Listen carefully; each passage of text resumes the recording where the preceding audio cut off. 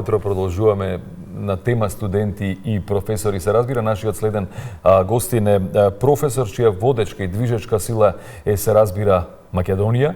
Во неформална комуникација пред почетокот на разговорот позборувавме малку, односно како му доаѓа тоа, цветот му е на дланка, меѓутоа сепак остана во Македонија, иако има некакви си планови и проекти за иднина кои се вклучени, односно во кој е вклучено и странство.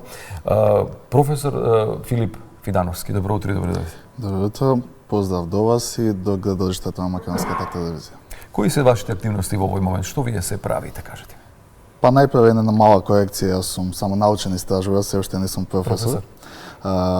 Моментално може би ми го поставивте најтешкото прашање, бидејќи мојата активност е поливалентна, но еве во, да речам, во изминатиот период, во изминативе неколку месеци работев на неколку проекти. Едниот проект беше поврзан со делегацијските одлуки, тоа делегацијските одлуки од областа на економијата на вештачката интелигенција. Правиме еден експеримент заедно со колегите на Универзитетот во Ница, каде што работев до 31 декември. И тој експеримент го завршиме во октомври месец, анализите малку почекаа, бидејќи работев на еден друг експеримент на Универзитетот во Болоња. И тој труд е сега поднесен до списанието експериментална економија. Ќе видиме како ќе биде оценето стана на рецензентите. Што се однесува до другите активности, до другите експерименти, да кажам, претежно мојата активност е насочена кон економијата на климатски промени, за која што имам поднесено веќе неколку проекти. Во мај месец поднесувам еден голем проект, некаде беа вклучени околу 15 организации, 4 универзитети, 4 неакадемски ентитети и околу 7 јавни установи од различни земји, мислам дека од 7 земји беа, повеќе од 300 луѓе беа вклучени во проектот. Исто така, тој проект се однесуваше на економијата на климатски промени и на архитектурата на избор, додека другите проекти кои што јас ги поднесов беа индивидуални проекти до Европскиот истражувачки совет, тоа беше во октомври месец. Тоа е тема која што, да кажам, најповеќе го побудува мојот внатрешен интерес. Тоа е темата на патернализмот и одлучувањето за другите. И мислам дека тоа е најважен аспект кога зборуваме за економијата на климатски промени. Што значи економија на климатски промени? Кога зборуваме за економија на климатски промени, мораме да организираме околу два елементи. Тие елементи се поврзани со Парискиот договор. Едниот елемент е поврзан со адапцијската варијанта, а другиот со како што јас нарекувам, со раката за ублажување на последиците. Она што јас го работев во моите индивидуални експерименти, тоа беа оние ублажувачки елементи. Додека во тој голем проект кој што го поднесовме во мај месец, повеќе се интересираме и за адаптивниот дел на приказната, односно оние системи за рано предупредување со цел да избегнеме посериозни климатски промени. Климатските промени предизвикуваат најразлични проблеми, како што се пожарите, например, или поплавите, подигнувањето на водите. Но ние треба да делуваме превентивно, може би да ги внесеме тие елементи во лабораторија со цел да избегнеме тие последици да дојдат на вистинската сцена и луѓето да ги почувствуваат тие последици. Да ја заокружам приказната, мислам дека одлучувањето за другите, односно патерналистичкото одлучување е исклучително важно во економијата на климатски промени, затоа што одлуките во крајна линија се донесуваат од страна на учесниците на пазарот на политички идеи. Се разбира, граѓаните гласаат за нив на избори или на различни референдуми, но одлуките сепак се носат во мали кругови на конференции, форуми и така натаму. Имате само 36 години, млад истражувач. Што ве натера да ја напуштите родната земја и да работите надвор од неа? Па ајде ќе кажам релативно млад истражувач. Јас морам да признам дека бев малку и принуден да напуштам мојата држава, бидејќи не можев тогаш да најдам работа во дадените услови, иако и во тие години имав неколку научни трудови и морам да признам дека беше малку тежок период и на шега на моите пријатели им викам дека јас сум push-out мигрант. Така што прв пат заминав во Луксембург, каде што следев некои предавања понатаму заминав на универзитетот во Австралија, каде што имав една голема шанса да соработувам со исклучителни луѓе, тоа е еден сјаен универзитет. И понатаму работев на универзитетот во Болоња и во Ница, а сега понатаму и на универзитетите во Кина. Тоа што ме натера да напуштам Македонија, морам да признам дека таа одлука не беше доброволна, но се наоѓав, да кажам така, во една безизлезна ситуација и на крајот приказната заврши добро, можеби и поради мојата тврдоглавост. Кога се подготвувавме за разговор со колегата Драги, зборувавме, имате огромна биографија. И никако времето предвидено за разговор најверојатно ќе ни биде кратко. Да. Кои ќе бидат вашите активности во Кина? Што ќе правите во Кина? Да, во Кина ќе ги продолжам моите истражувања за делегацијското одлучување, односно за патерналистичкото одлучување. Се разбира на вашата колешка, претпоставам нема да и се допадне во еден од експериментите кои што ги правиме во Болоња. Тоа беше експеримент базиран, може би ќе биде интересно и за вашите гледачи, тоа беше експеримент базиран на дискурсот на нееднаквоста на Жан-Жак Русо, играта за ловец и за ловење на елен или зајак. И повеќе не интересираше како дали индивидуациите се авторитарни или не се. И забележавме дека и мажите и жените имаат ист степен на авторитарност и тоа беше малку изненадувачко, да речем изненадувачки резултат. Родова еднаквост. Родова еднаквост, да. Иако како беше она на Светскиот економски форум, Lehman Brothers немаше никогаш да се случат ако беа Lehman Sisters. Така што сега моментално тоа што ме интересира најповеќе се патерналистичките одлуки, чувањето за другите, нешто кое што во теоријата на одлучување, претежно теоријата на одлучување беше насочена кон индивидуалистичкото, а не кон колективното одлучување. И се разбира, ги поименувам, тие одлуки ме интересираат во домените на транспортот, домените на климатските промени и домените во последно време и на вештачката интелигенција, која што се разбира зазема се позначајно место во нашите животи. Колку сме ние во тек со сите овие случувања надвор? Колку ние можеме да се качиме на тој воз? Да... Па се не сакам мојот да звучи како ескапистички солипсизам, но морам за жал да констатирам дека Македонија не ги користи тие услови, посебно тоа што јас го работам нескромно, тоа е експерименталната економија и како тренирани експериментални економисти, да речем, сме јас и уште еден мој колега кој тој замина во Кина неодамна, иако живееше во Австралија долги години, беше професор во Лондон, сјаен научник, така што има двајца, да речем, кои што се интересираат за теорија на игри и експериментална економија. Но за жал можам да ви кажам дека никогаш не сум бил контактиран за никаква активност во оваа држава. Иако мислам, а посебно мојот колега мислам дека е малку и поентузијастичен, бидејќи подолго е од мене надвор и некоја година и постар од мене.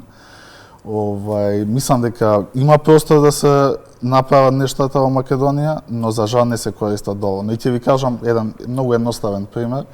На една од конференциите запознав една колешка која што е доцент на универзитетот во Белград и која ми кажа дека со некоја импровизирана лабораторија се обидуваат да прават експерименти, па беше исто ентузијастична. Сакам да дојдам кај вас, да видам како да работите. И навистина тоа ме воодушеви и секогаш ме воодушевува кога ќе видам дека постои ентузијазам нешто да се развие. За жал тој ентузијазам не можам да го препознавам во мојата сакана држава. Во едно ваше интервју ќе кажете добив огромна поддршка од академик Таки Фити. Да, тогаш кога заминував, навистина Таки Фити ми беше професор и по основи на економија и по претприемништво и имаме и доста добра комуникација. И навистина пред да заминам, напиша писмо со препорака. Иако морам да признам и тоа дека ја мене ми беше ментор еден друг човек, но како велат имињата не се важни, номина сумто диоса не е важно. Но јас одлучих професор Фити да ми го напише писмото со препорака. Иако имав и доста други писма со препорака, например писмо со препорака ми имаше напишано и професорот Барнет од Канзас, кој има учествувано и во Аполо проектот, например. Така што јас сум благодарен во дадениот момент на професорот Фити што напиша писмо со препорака без размислување. Имате ли статистика, односно Дали водите статистика колку проекти до сега сте завршиле со оглед на тоа дека еве кај нас рековте дека не е многу искористена тема? Не знам много. точно, но прилично многу проекти и поради тоа што тоа е една приказна која не застанува, не завршува. Знаете, кога ќе заврши еден проект, започнува друг проект. И тие проекти се некако поврзани. Јас имам голем интерес кон експерименталните методи, но еве да биде малку и во одбрана на Македонија, да не биде да бидам толку критичен.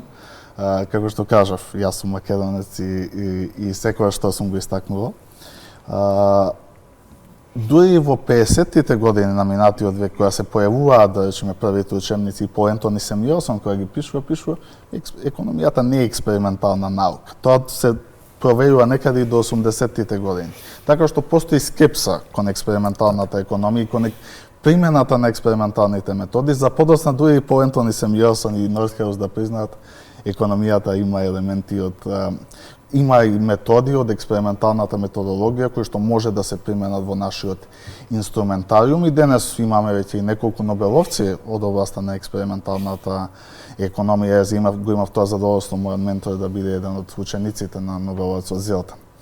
Така што мислам дека тоа е еден тренд кој што сега се надевам во текот на годините ќе почне да се отвара и кон новите области, например невроекономијата е фантастична област која за жал се сочува со сериозни проблеми на глобално ниво, но со текот на времето верувам дека ќе биде интересна и се надевам дека и Македонија ќе се отвори кон овие нови хоризонти. Кој е вашиот предизвик?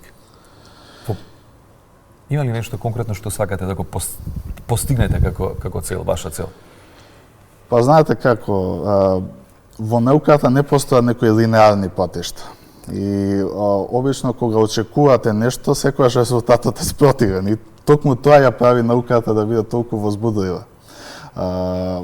Сосема најнеочекуваните резултати некоја се најсимпатични резултати. Сега и тоа да го кажам, можеби ќе биде интересно и за пошироката јавност. Имавте навистина интересен прилог пред мене за кој видов ентузијастични млади луѓе кои што се заинтересирани за наука, тоа за секое поздравување. Во последните години, на пример, или децении, ако сакате, постои еден тренд на пререгистрирање на студиите, каде што ние си ги пререгистрираме хипотезите кои што ги истражуваме. И можам да ви кажам дека оние хипотези кои што ги пререгистрираме, многу често податоците кои што подоцна ќе ги прибереме, не одат во нивен прилог. Така што мислам дека главниот предизвик кој што постои она нелинеарна патека која што не носи кон нешто и се разбира моја цел е да дадам максимален придонес за расветлување на експерименталната методологија. Тоа во основа беше и мојата дисертација. Јас го фокусирав мојот истражувачки напор кон експерименталната методологија, методолошките аспекти, а не само одење во лабораторија и реализирање на експерименти. Знаете, fit fabricanto faber, за да станете ковач треба да ковате, ама сепак треба да имате раце, треба да имате инструменти за тоа нешто да го направите. Од денешна гледна точка се гордеете ли со вашите достигнувања и успеси до сега? Како вие се чувствувате?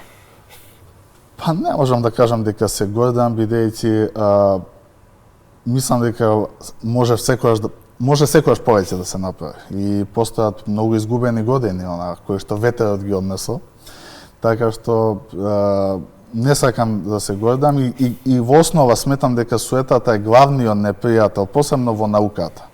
Ние едноставно сме луѓе од крв и месо, ние треба да комуницираме на еден едноставен, на еден разбирлив начин, треба постојано да се бориме, да учиме од оние проблеми со кои што се соочуваме. Затоа што во основа и сите книги, и сите слики, и сите музички дела, и сите научни трудови се направени поради некој проблем. Не се направени поради тоа што е прекрасно. И во основа, ако постои еден совршен метод, тогаш сите би го следеле тој метод. Бидејќи постојат различни методи, ние треба да комбинираме за да дојдеме до главниот одговор. Но да се вратам на вашето прашање, не мислам дека треба да се гордам, напротив, мислам дека треба уште повеќе да работам и да ги поправам тие грешки кои што сум ги направил, дали во моите истражувања, дали во мојот личен живот, се едно. Во моментов сте во Македонија, споминавме на почетокот дека сепак Македонија е во вашето срце. Каде да патувате, верувам дека секогаш сакате да се вратите дома, онаму каде што и вистински припаѓате. Ова е една убава приказна која што сакавме да споделиме со нашата јавност, дека нашата држава навистина има со што да се горде. Колку ви недостасува понекогаш родната земја? Можам да ви кажам дека многу. И тука ми падна веднаш на памет еден стих од нашиот летописец на земјата македонска Анте Поповски, кој вели: кога не би било ова парче прокодната земја, јас знам каде би се живеело, ама не знам каде би се умирало. Така што Македонија е дел од мене, секогаш што сум го истакнувал и секогаш гордо ќе го истакнувам.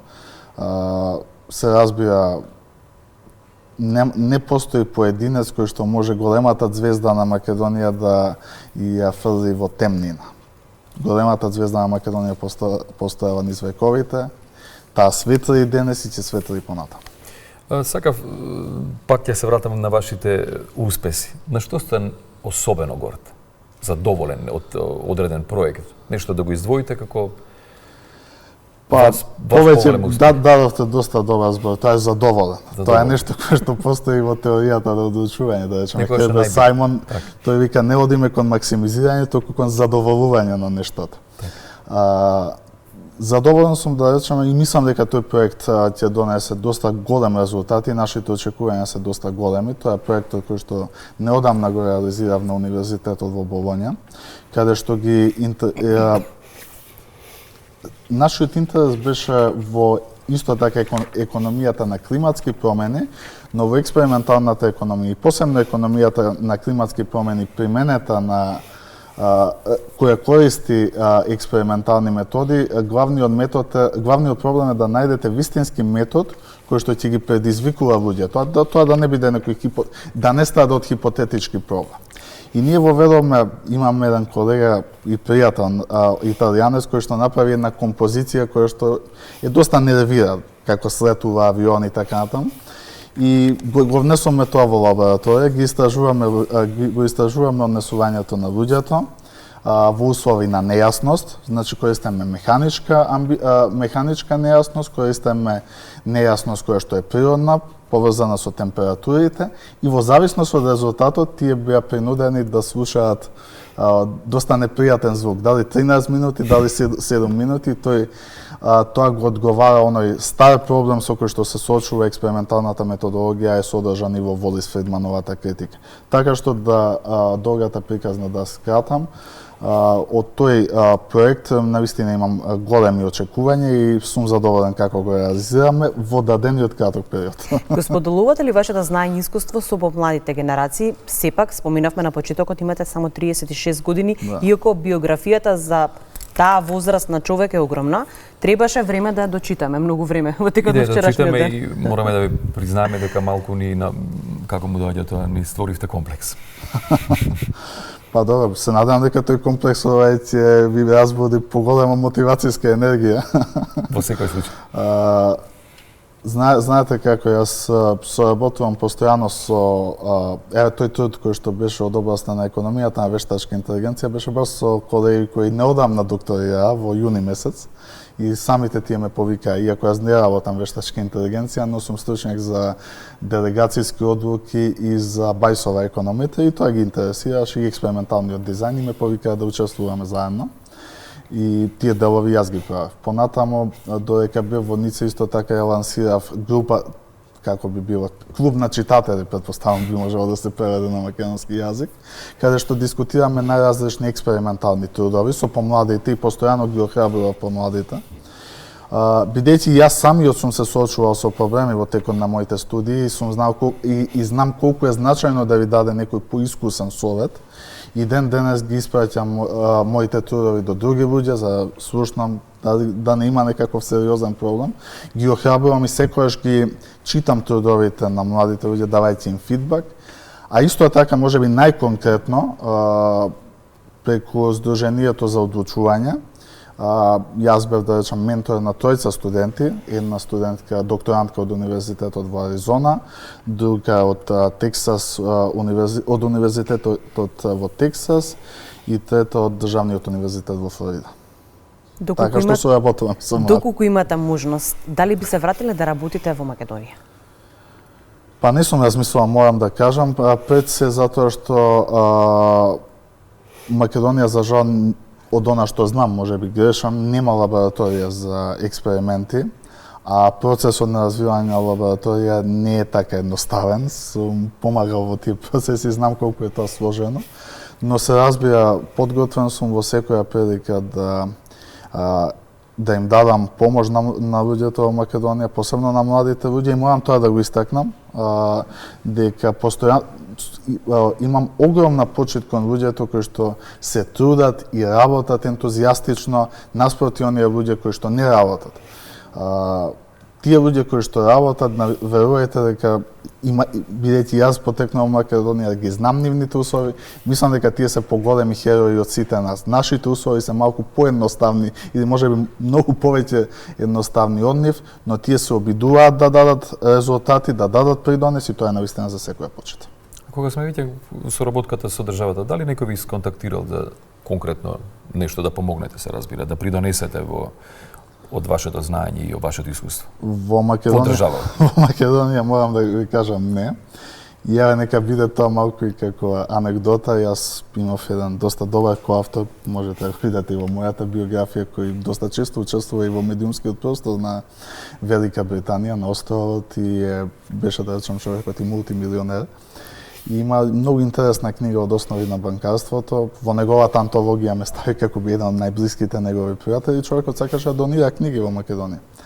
Јас верувам дека ќе бидете разочарани кога ќе ви кажам дека таа донација не беше прифатена токму поради тоа што доаѓаше преку мене.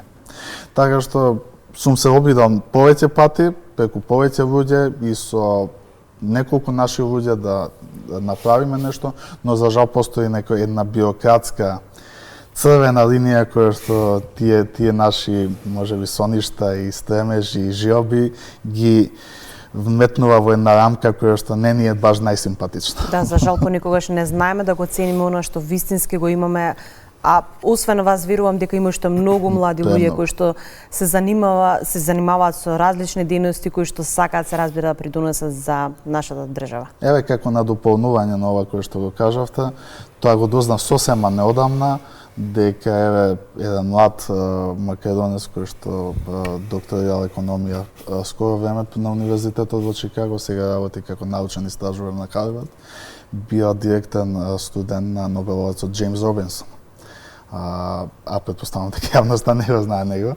Така што има наши луѓе, и тоа не само во економија, има во многу други области, но не знам кои се плановите за нивна анимација, а мислам дека можат многу тие луѓе да придонесат во развој. Знаете, диаспората посебно, тоа можете да го гледате и во Соединетите американски држави, колку диаспората е значајна за развојот на една земја. И не само диаспората, и тие луѓе кои што се иселиле насилно или ненасилно, не навлегувам во тоа во моментот, бидејќи ни требаат неколку емисии за тоа през 100 години, а кои што таму имаат корени, но нивното семе е од тука, да речем. Ви посакуваме уште многу успеси, еве конкретно ќе кажеме во Кина, бидејќи она што ни го кажавте е навистина импресивно. Ви благодариме што бевте денеска дел од утринската програма на македонската телевизија и драго ми е што успеавме барем малку да ја прикажеме вашата богата приказна, убаво речени, кога го читавме вашата биографија, навистина импресивно, уште многу успеси. Вие сте професор, доктор, меѓутоа сепак сте професор за нас и драго ми е што и не сгриживме кога ве условивме како така. Да, се надеваме дека сето знаење и искуство ќе го преточите во некоја книга, која што можеби наредните генерации ќе имаат време, се надевам, да ја прочитат. Па веројатно да. Ви благодарам на вашата покана и ви посакувам исто така големи успеси на телевизиското небо на Македонија. Благодарам уште еднаш. еднаш. И ние некако да придонесеме во секој случај. Ви благодариме уште еднаш.